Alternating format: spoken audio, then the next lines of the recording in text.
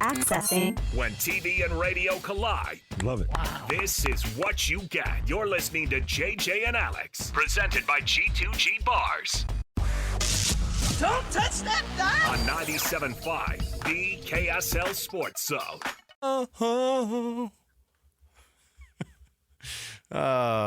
Fun fact about this song, JJ, I can play this on the alto saxophone. Really? Oh, yeah. When are you going to do that for us? Never. It was one of those things that when you learn to play the saxophone, yakety sax that plays in the background of all the Benny Hill. You can do that one? I mean, it's tough. That seems like a hard song to play. This one's a little bit more along, and it's a modified version of it. There's a lot of runs on the. You need the accompaniment with it, right? I'm never gonna dance again. Guilty feet, got nowhere to go. Hey, what are guilty feet, by the way? Is that a thing? Like, is he a... So, obviously, cheating is part of this song. You couldn't have a Valentine's Day rejoin without some cheating, right? So, and broken hearts. I'm never going to dance again. Sad. Now, my question is Careless Whisper technically... I mean, this is George Michael, but I mean, I think this is Wham, though, right? Yeah. So... That's George Michael. Yeah, I mean, obviously... Not Wham. Oh, it is? It's just George Michael. Do you have it in your system as Wham? Wham. I think the album is Make It Big. I don't think it is. I know it is. It's unfortunate that I know all those things. So, but yeah, George Michael. I mean, it's unmistakable. Okay, right? I apologize. You should. George Michael You actually should. wrote everything. It is from Wham's second studio album, Make It Big, in 1984. Oh, weird. It's like I already just said that. It's what I'm actually disappointed in myself is that I knew the name of the album. Okay? Wham, Make It Big.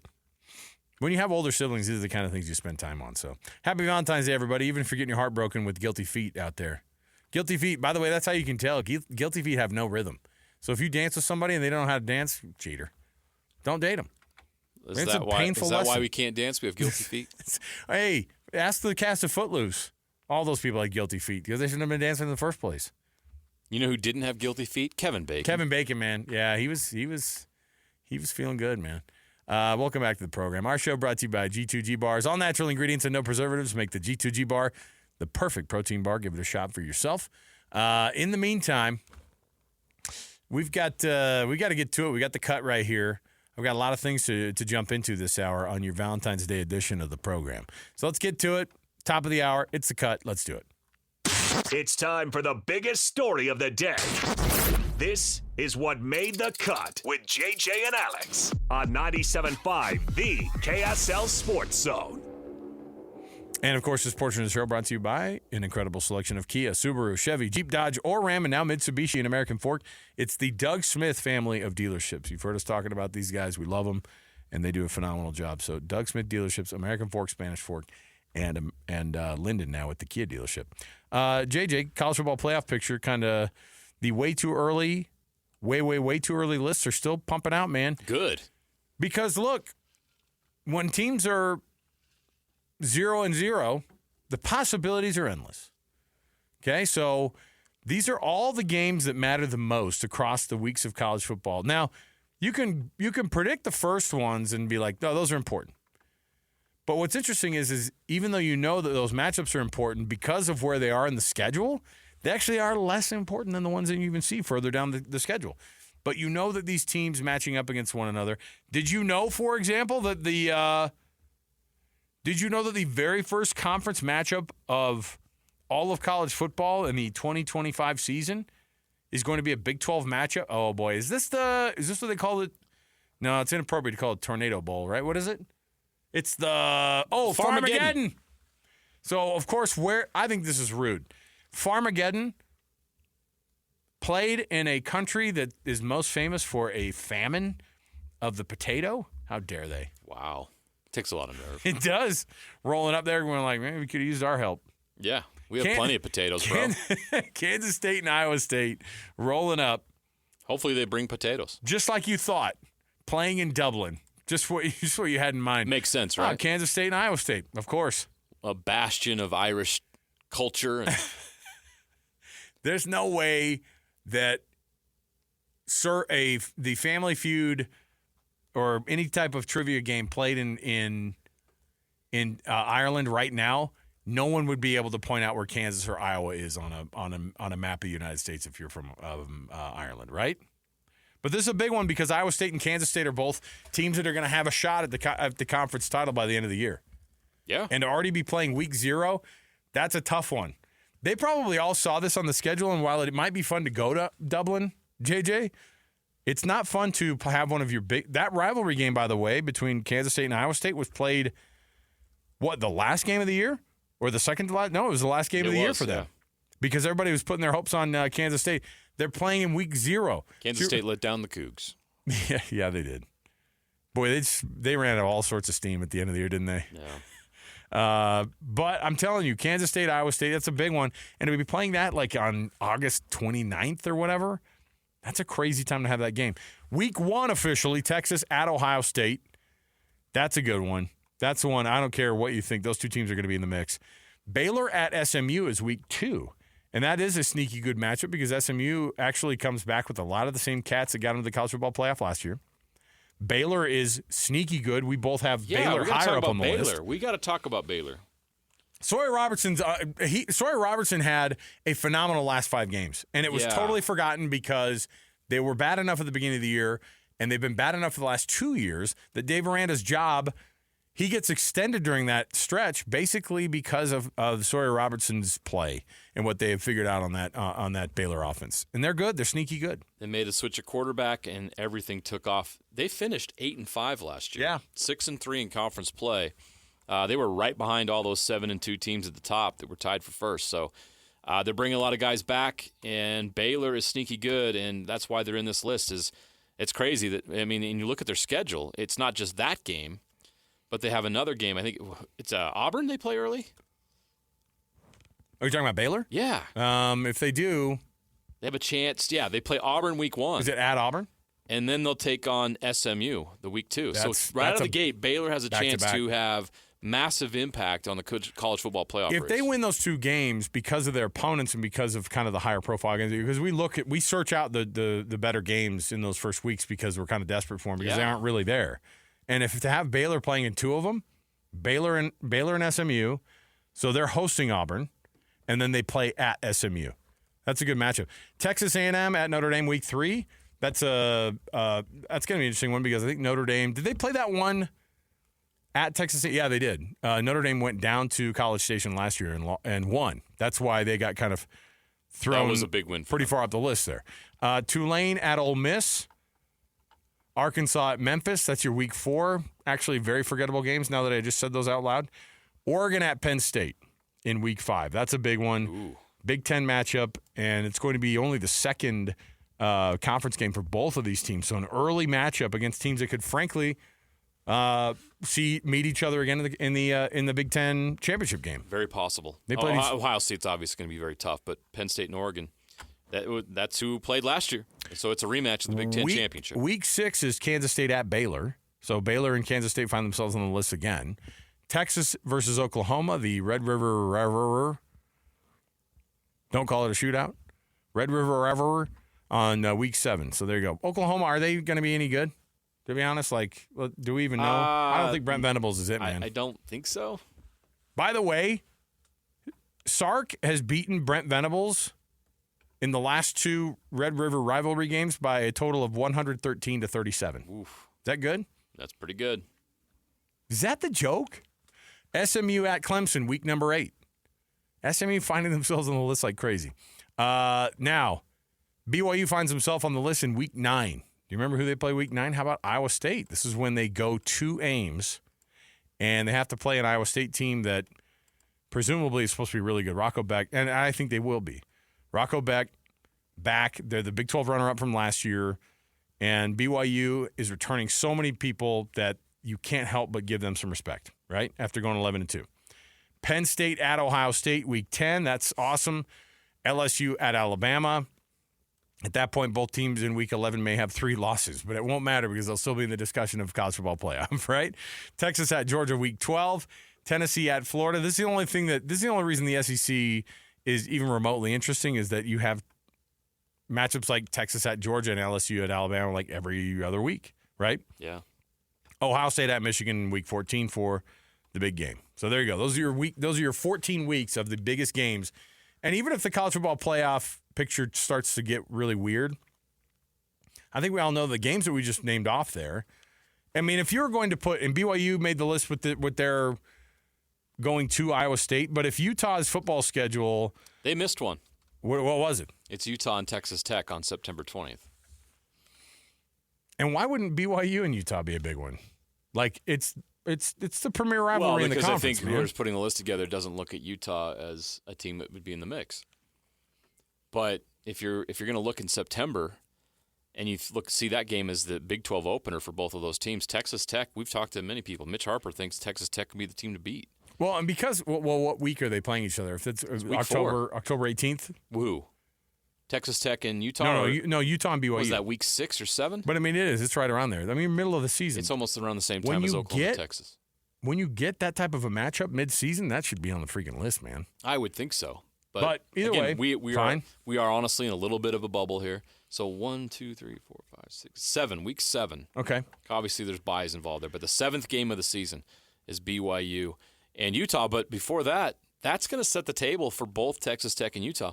If Texas Tech wins that game, it's in Utah, it's in Salt Lake City, then you get a big quality road win, and then they're off and running. Yeah. And I think a lot of people will look at Texas Tech and go, oh, okay, if Utah wins that game over Texas Tech, a team that should be 3-0 going into that game, people are going to look at Utah and say, okay, if Utah's having some success in those first 3 games of their offense, if Devin Dampier comes out and looks as good as he did at moments last year at New Mexico, then all of a sudden Utah could get a lot of attention by winning that game. And one of those two teams, whoever wins that game, could then make the claim that they are among the contenders in the Big 12. Think about it, too. It would be a statement victory for Utah for sure. Speaking of people like overlooking teams, Arizona State is your reigning champion, and them going to Baylor the 3rd week of the season, them going to Utah on October 11th, them hosting Texas Tech, them going to Iowa State. Why is it that Arizona State's not being talked about either? Do they already kind of, because Cam Scadaboo's not there, then suddenly you just go, eh? But they got the Army running back transfer, right? Guy who ran for like 1,700 yards or whatever it was last year. On Arizona State. Kansas State and Arizona State are the betting favorites right now. And they go to Ames. They host Texas Tech. They go to Utah. The Utah-Arizona State game has never been a good game until right now, probably. Like it seems. Right? Do we have reason to doubt Arizona State? Is the loss of Cam Scadaboo that much of a loss that obviously it's a huge loss? Don't take that wrong. I don't hate it. It's a huge loss. Is it enough of a loss to knock them down a peg?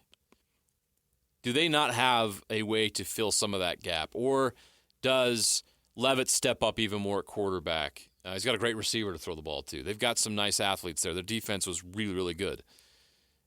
Do the Sun Devils take a step back next year? Was there something magical about this year that worked out? Was Cam Scadaboo that great of a player that he lifted that whole program up for a year? He was exceptional. And what happens when he leaves? Does the air come out? I think Arizona State's going to be fascinating to watch. I think just as much as they rose last year, they could fall back. Oh, they're going to be this year's. There's a lot of good competition in this league. They're going to be this year's Oklahoma State. I wouldn't bet on it, but I think go 0-9 in there's a conference play. possibility that they could take a dip. They're going to miss Cam Scadaboo badly. Is it more of an outlier that they had a year like last year, or is it more of the norm that program would kind of regress to the mean? You know what I mean? Right. There could be some regression not? on their part, and there could be some other teams that underperformed last year, like Kansas State, like Utah, who kind of flip a switch and get back to where we thought they were going to be. I don't know. Even what about Oklahoma State? I have no idea about Oklahoma State, and I have my doubts. But how often does that coach struggle like that? Was it more of an outlier to go 0-9? And is all of a sudden Oklahoma State a team you have to start worrying about again? I don't know. I would bet safely on Baylor being in the mix, and I would bet safely on Texas Tech being in the mix, and Kansas State's going to be strong. I think Mike Gundy may have run his course. That's what my fear is in Oklahoma State. Too. That he's not as interested in it. I mean, that's the big factor, right? Not that they're over him, but that he's kind of over this whole thing.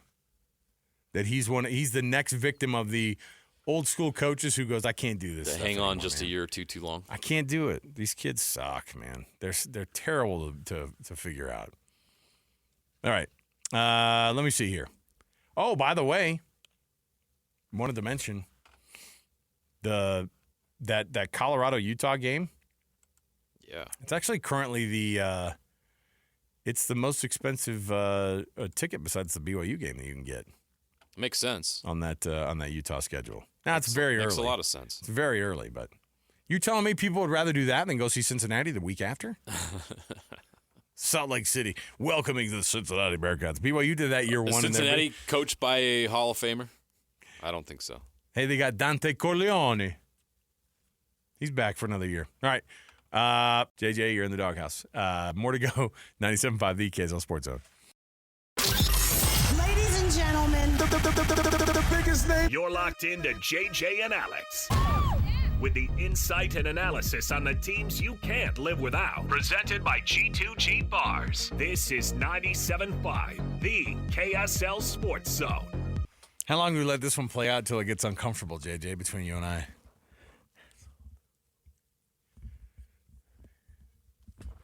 Oh, yeah. It's a good Valentine's Day vibe. Don't turn it down. Alex, how dare you? It's Valentine's Day. Crank that up. He says the word naked in that. I mean, Mike, come on. Okay, maybe not. Welcome back to the program. But it's the last two breaks we've come back with George Michael. I love it. Welcome back to the program. Happy Valentine's Day to everybody. JJ and Alex, 97.5 The KSL Sports Zone. Yeah, we got lots going on. You don't want to miss any of it, man. We got tons of things going on. It's a massive weekend in college sports, or college basketball here locally. Like, this is very important stuff. Moments of greatness can be had, or we're starting to get to the point now, teams are looking around and going, we could lose an invitation to the NCAA tournament. We could turn our whole season around with a win. You could absolutely fall out of the discussions with a couple of losses, and I'll tell you, it's going to be an interesting one.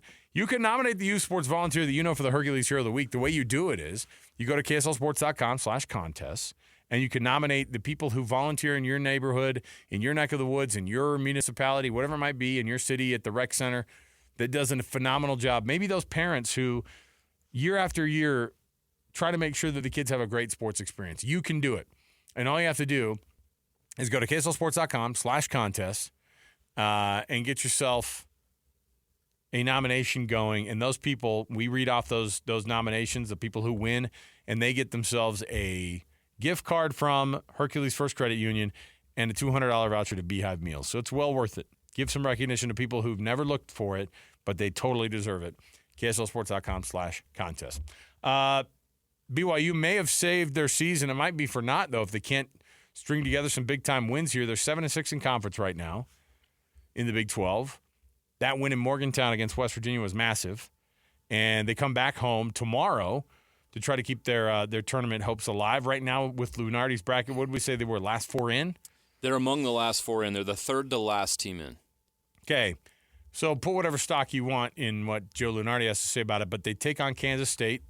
That's not a gimme of a game. It's also not one that you look at and you go, that's going to be an impossible task at home. They can absolutely beat the Wildcats at home tomorrow. The big thing is that they've got Kansas coming up on, what is it, Tuesday? Yeah, Kansas on Tuesday. So Kansas is at the Huntsman Center tomorrow, number 17 Kansas, at the Huntsman Center tomorrow, and then they go to BYU for next Tuesday. That's a massive stretch for both of these teams.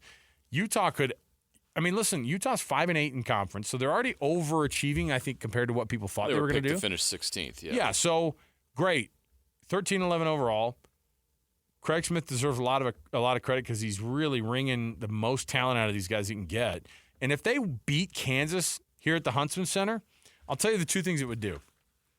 It would absolutely change the trajectory, at least of the season for the Utes. Not saying they'd be put into the consideration for the NCAA tournament, but what I am saying is that it would change how those guys feel playing up there for the University of Utah, right? I mean, to me, that seems like a big deal. For the program, for the players in the program, the coaches, even fans, Utah fans.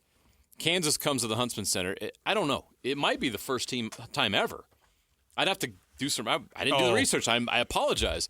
I don't know. Like we'll focus on this Monday when the game. When would they have come to the Huntsman Center ever? Right? Yeah, I don't think they have. So if they had, it was because they played in an NCAA tournament game back in the day that was being hosted in Salt Lake City at the Huntsman Center. This Utah basketball program's got to get their fans back. They got to get their fans back on the bandwagon, man. They got to get some nice wins to try to get some momentum instead of fans either saying Craig Smith needs to be fired or fans not caring at all. Right? That's not a good place to be. But here's the other thing that would do: if Utah pulls off a big one and upsets Kansas here at the Huntsman Center, you know what would not happen? It would not be 2 games in a row Kansas flops. They would show up hardcore against BYU on Tuesday. Right. So that would be an interesting thing there, because if Utah could do that, they would actually have like a little bit of a backdoor stab in the back on their rivals down south, because I think Kansas would go down there and be like, well, we can't do this anymore. We can't keep losing on the road like this. We got to do this thing. So massive one for them. Utah State is 22-3 on the season. To me, I'm like, man, that's a phenomenal record. Man, they've actually outperformed even the record that they had last year at this time.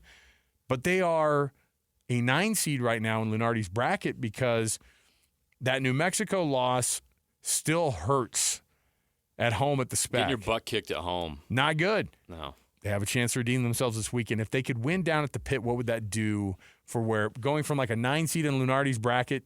That puts them back up to that 7 type of which is where you want to be, spot, right? Lunardi's got him at a 9. I'm pulling up Jerry Palm right now. He's got him as an 8 playing Ohio State in the first round and feeding into an Auburn situation in the second round. That's not what Utah State wants.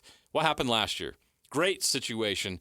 8-9. First, they're trying to get that first tournament win since 2001, and they get it over TCU. But who'd they have to face in the next round? Purdue, who ended up going to the national championship game, who was just really good. So I think for Utah State, if they're going to make a run this year in the NCAA tournament, 8's not a good place to be. 7, 6. But they got work to do to get up that high, and it's going to be really tough with college basketball now being so Power 4 heavy. The power conferences really dominate right now. Look how many SEC teams are probably going to get in. Like 12? The Big 12 is still going to get 8. Yeah. The ACC is going to get a handful. And obviously, the Big East is as far as basketball is concerned, is a major in my opinion. So there's going to be a lot of teams like that are going to get those seats. So it's going to be really tough for Utah State to get any higher than a 6.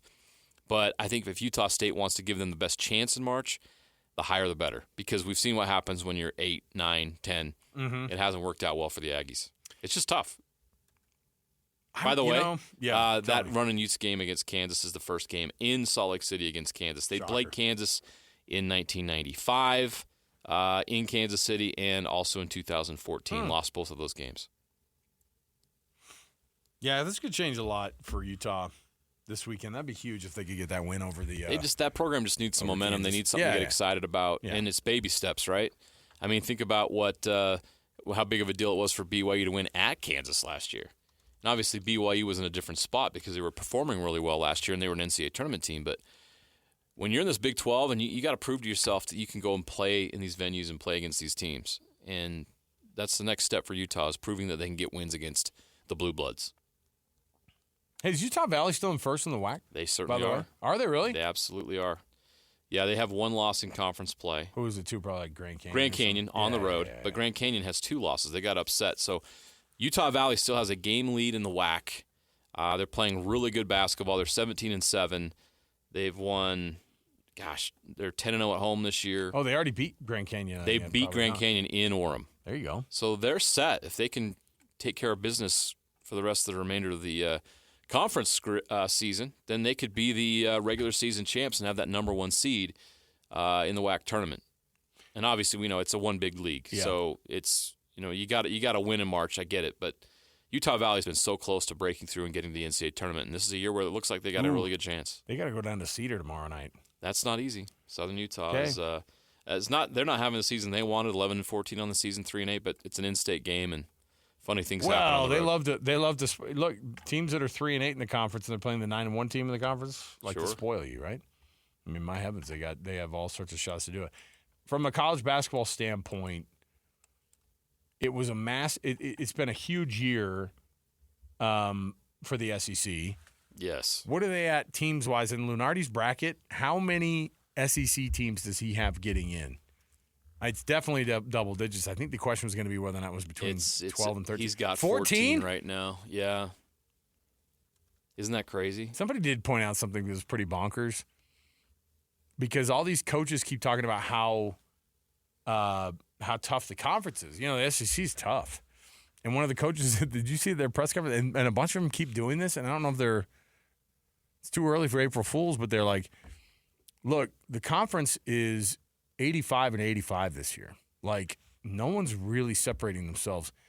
And, you know, statisticians are pointing out it's because a team wins and a team loses every game. Yeah. So when you say is that good? The conference is 85 and 85 because there aren't ties. They all play each other. That's why they're 85 and 85, not because the conference is not that good at the top. No, it's very good. The top teams, you know, they're the ones that are 85 and 20. The other ones are the ones who are 20 and 85 or 20 and 65 or whatever it is. Let me go through it real quick, and I'll go from the top. Auburn. How many are ranked, by the way? That's what I'm going to do. Okay. Auburn and Alabama, 1 and 2. They're 10 and 1. Florida's third ranked in the country. They're 8 and 3. Texas A&M 8th ranked in the country, 8 and 3. 19th ranked Ole Miss, 8 and 4. 21st ranked Missouri, 7 and 4. 5th ranked Tennessee is 7 and 5. 15th ranked Kentucky is 6 and 5. So the 15th ranked team in the country is barely above 500 in the SEC. Did they just lose another one then? Yes. Because they beat Tennessee at home. Well, they won 2 in a row. Oh, okay. Those are the last two, but they beat Tennessee in Lexington this week, right? Yes, and beat South Carolina in Lexington. Okay. They had lost to Ole Miss and Arkansas. So it's really impressive, and I'm not even done ranking with the ranked teams. Isn't that crazy? What? There's more. But wait. 22nd ranked Mississippi State, 5 and 6 on the year. They are and they Vanderbilt's knocking on the door. Vanderbilt's 17 and 7. They have a losing record in conference play? Yes, and they're ranked 22nd in the country. All right. Well. And I didn't mention Arkansas, who's on the bubble, and they've got Calipari as their head coach. They're 4 and 7 in conference and 15 and 9 overall. Yeah, they beat Kansas at Kansas. But they might get in the tournament. So that would be 1, 2, 3, 4, 5, what 6, is 7, 8, 9, 10, 11, and they can get more in than that. So I was watching this thing over this weekend because Rick Pitino, like, all is forgiven because St. John's basketball is a top 10 program again. You know what I mean? Oh, yeah. Do whatever you want Doesn't when you win. matter. Man. When you win. Doesn't matter. Do whatever you want, brother. I mean, look at Utah. Rick Majerus, you know, all those stories. Like, Utah fans would take another – if they'd take another Rick Majerus right now. They'd take all the baggage and everything else that comes along with it. They don't care because winning cures everything. Oh, my gosh.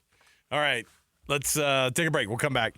When we do, we still got to sneak in our heartbreaks. Maybe we'll do that next. You know what? Let's do that next. We'll sneak in our the people that are going to bring you heartbreak next year. We already did our Valentines. The people who you're going to write love letters to in the sports market here at the end of the season or by the end of everything said and done at the end of the year. 2025. Yeah, 2025. And then we're going to have the heartbreakers. So stay right here at 97.5, the KSL Sports Zone. Your home for the best coverage of the Jazz, Utes, and Cougars is right here on The Zone. This is JJ and Alex, presented by G2G Bars on 97.5, the KSL Sports Zone. Do people even do that anymore?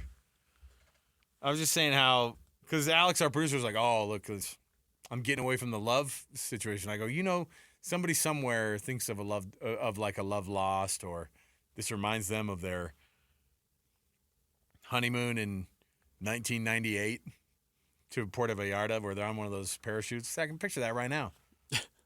All right? I don't know. I'm trying to figure out. You know somebody got married and that song like was on the DJ's list. Did you guys have a song like for your wedding?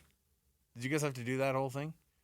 Oh, boy. You're looking off into the distance like a 1,000-yard stare, which means you don't remember what it was. I think it was like Peter Gabriel. Like an acoustics version of In Your Eyes. Oh, wow. That's awesome. Yeah. We got married in 2007, 6 or 7. Everyone listening, we're old.